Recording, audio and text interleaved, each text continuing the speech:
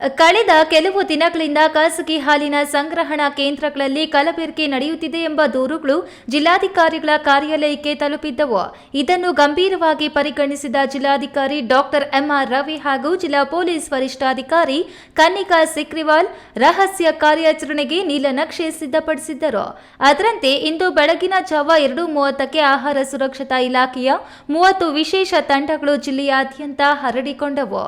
ಜಿಲ್ಲಾ ಅಂಕಿತ ಅಧಿಕಾರಿ ಡಾಕ್ಟರ್ ರಾಕೇಶ್ ಅವರ ನೇತೃತ್ವದಲ್ಲಿ ನಡೆದ ಈ ಕಾರ್ಯಾಚರಣೆಯಲ್ಲಿ ವಿವಿಧ ಜಿಲ್ಲೆಗಳಿಂದ ಆಗಮಿಸಿದ ಆಹಾರ ಸುರಕ್ಷತಾ ಅಧಿಕಾರಿಗಳು ಪಾಲ್ಗೊಂಡಿದ್ದರು.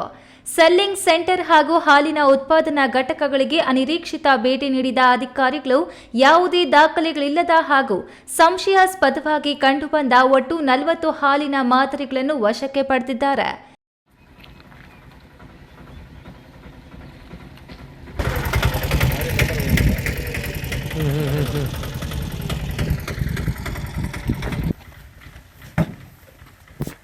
ಕೈ ತೋರಿಸಿ, ಕೈ ಇಡು.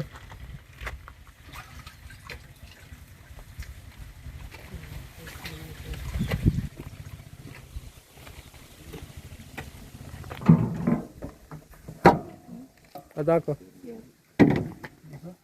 ತೆಗೆಯೋದು.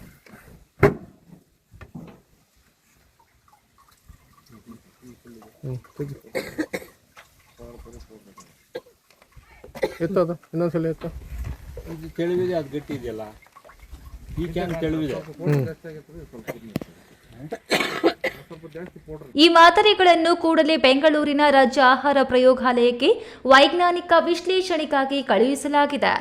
ಈ ಬೃಹತ್ ಕಾರ್ಯಾಚರಣೆಯ ಹಾದಿಯಲ್ಲಿ ಮುಳಬಾಗಿಲು ತಾಲೂಕಿನ ಸಿ ಕೊರವನೂರು ಗ್ರಾಮದಲ್ಲಿ ಅಧಿಕಾರಿಗಳಿಗೆ ಮಹತ್ವದ ಯಶಸ್ಸು ಸಿಕ್ಕಿದೆ. ಖಚಿತ ಮಾಹಿತಿಯ ಮೇರೆಗೆ ದಾಳಿ ನಡೆಸಿದ ತಂಡವು ಅಕ್ರಮವಾಗಿ ಹಾಲನ್ನ ಸಾಗಾಟ ಮಾಡುತ್ತಿದ್ದ ಬುಲೆರೋ ವಾಹನವನ್ನ ತಡೆದು ತಪಾಸಣೆ ನಡೆಸಿದೆ.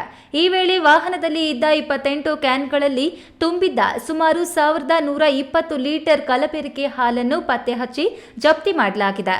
ಈ ಸಂಬಂಧ ವಾಹನದ ಚಾಲಕ ಹಾಗೂ ಮಾಲೀಕರ ವಿರುದ್ಧ ಕ್ರಿಮಿನಲ್ ಮೊಕದ್ದಮೆ ದಾಖಲಿಸಲಾಗಿದ್ದು ತನಿಖೆ ಚುರುಕುಗೊಂಡಿದೆ.